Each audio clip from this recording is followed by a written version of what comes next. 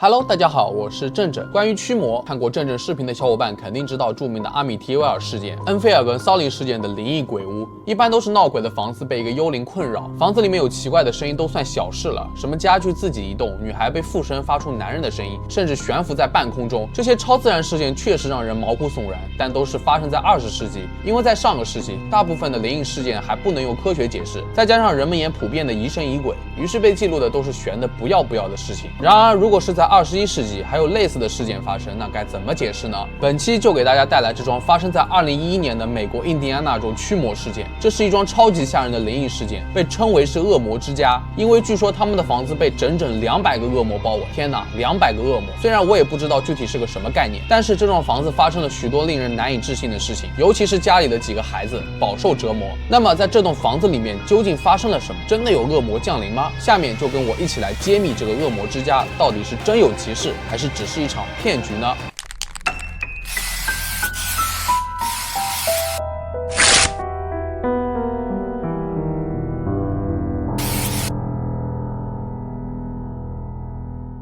在2011年的11月，美国印第安纳州西北部地区出现了接二连三的超自然现象，打破了这个地区平静的生活。源头是来自家里卡罗莱纳街3860号的一所房屋，新租户加托亚·阿蒙斯带着他的老母亲堪贝尔和3个孩子搬进了这里，全家都对新社区新生活充满了期待。但没想到新鲜劲还没过去，这栋房子就有不断的怪事发生。首先是大批黑苍蝇的袭击，这是在11月份并不常见，甚至可以说是反常了。他们蜂拥而至，家里人齐心协力将他们赶走后，仍然飞回到房子里面，这可不是什么好兆头。阿蒙斯将信将疑，但是接下来发生的事情让他更加坚定了自己的怀疑，这栋房子果然有问题。没住几天，阿蒙斯和堪贝尔都在半夜里听到了吱吱作响的脚步声，似乎是地下室的楼梯传来的，但那边根本就没有人。即使他们把房门锁上，奇怪的声音也没有消失。有一个晚上，堪贝尔整夜都保持清醒，他看到客厅里有男人走来走去的影子。等他下床查看的时候，竟然还真的有潮湿的大脚印。这些奇怪的事情很难让人不往灵异事件方面想，这家人的情绪逐渐从不安转化为恐惧。在一天夜里，大概是凌晨2点钟左右，本来这个时候全家人都已经睡了，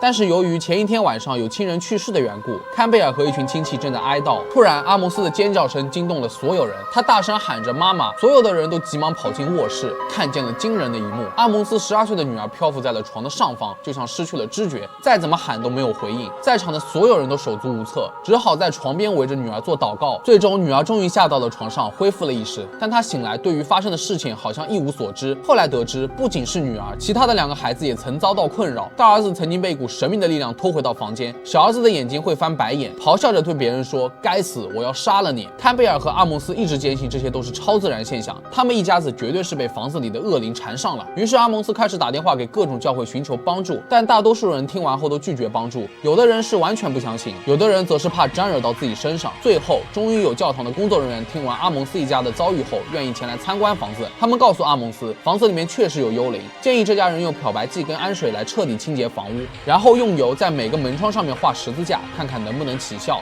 阿蒙斯听从了建议，还用橄榄油倒在了3个孩子的手脚上，额头上也画上了十字架。堪贝尔还联系了2名所谓的通灵者，他们都说阿蒙斯的家中有200个强大的恶魔，这些东西非常黑暗，但同时也很聪明，最好的办法就是搬家。但是这对于生活拮据的阿蒙斯一家来说，这房子才刚租下来，再搬家几乎是不可能的，再加上超自然现象也没有任何停止的迹象。病急乱投医的阿蒙斯打听到了一个办法，就是在地下室建一个祭坛。他二话不说就照做了，先用一张白色的床单覆盖了一个茶几，然后放上了一根白色的蜡烛和玛丽、约瑟夫与耶稣的雕像。他和另外一个人穿着白色的衣服，在头上缠上了白色的围巾，再打开圣经诗篇91篇，在房子里面烧鼠尾草和硫磺，从楼上开始一路往下到地下室，烟又浓又呛人。阿蒙斯不停地用烟在空中画十字架，而另外一个人则在屋子里面走来走去，大声朗读诗篇91篇。在这个所谓的仪式完成后，似乎颇有成效，整整3天都没有发生什么奇怪的事情了。本以为方法奏效了，彻底摆脱了恶灵，但在第4天，情况突然更糟了。这次不仅是3个孩子，阿蒙斯自己也被恶灵缠身了。先是家里的孩子，他们的眼睛会突然睁得又圆又鼓，还露出邪恶的微笑，发作的时候声音还会变得很粗很深沉，完全就是被恶灵附身的样子。而阿蒙斯自己呢，他多数是生理上的伤害，比如他会突然虚弱下来，全身无力，一整天都头昏眼花，脑袋发热。阿蒙斯的身体还会时不时的颤抖，根本不受控制。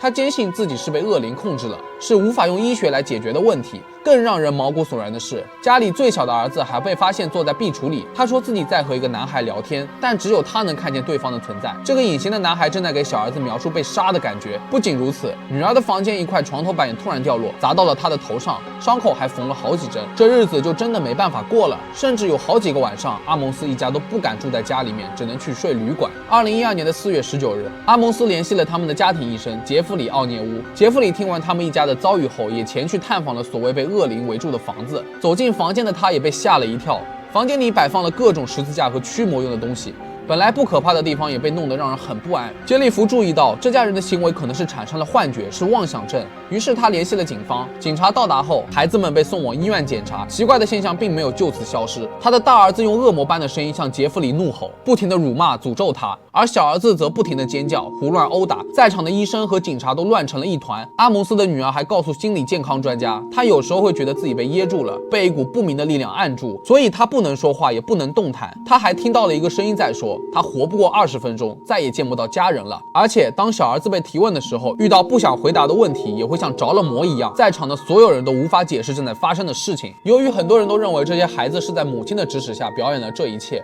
于是他们举报给了儿童服务保护部门。因为有人说阿蒙斯的孩子有不按时上学的记录，而他将孩子的不定期上学归咎于恶魔的困扰。当时各大媒体报纸都在争相刊登这个耸人听闻的报道。当地的警察局局长来到了这个房子之后，本来不相信恶魔存在的他这次改变了主意，因为他发现带去的收音机回家的路上就坏掉了，汽车的驾驶员座椅自己在移动，就连中央安全委员会的工作人员也声称自己目睹了最小的男孩沿着墙壁走到了天花板，然后翻了个身又站了起来。如果这一切只是表演，真的能骗过去这么多人的眼睛吗？还是其他的事情都是巧合？那这家人到底又在图什么呢？不管怎么说，阿蒙斯一家最终雇佣了迈克尔·马吉诺特神父进行驱魔。他一走进房子就说，感觉有人在你的房间里面，还有人在脖子上呼吸。他一共进行了3次驱魔，其中2次用英语，1次用拉丁语。最终阿蒙斯一家搬到了印第安纳波利斯。在这之后就再也没有发生过任何超自然现象了。好了，看到这里，不知道小伙伴们有没有注意到，为什么阿蒙斯的母亲坎贝尔就没什么事呢？整场驱魔事件中就他没有什么存在感，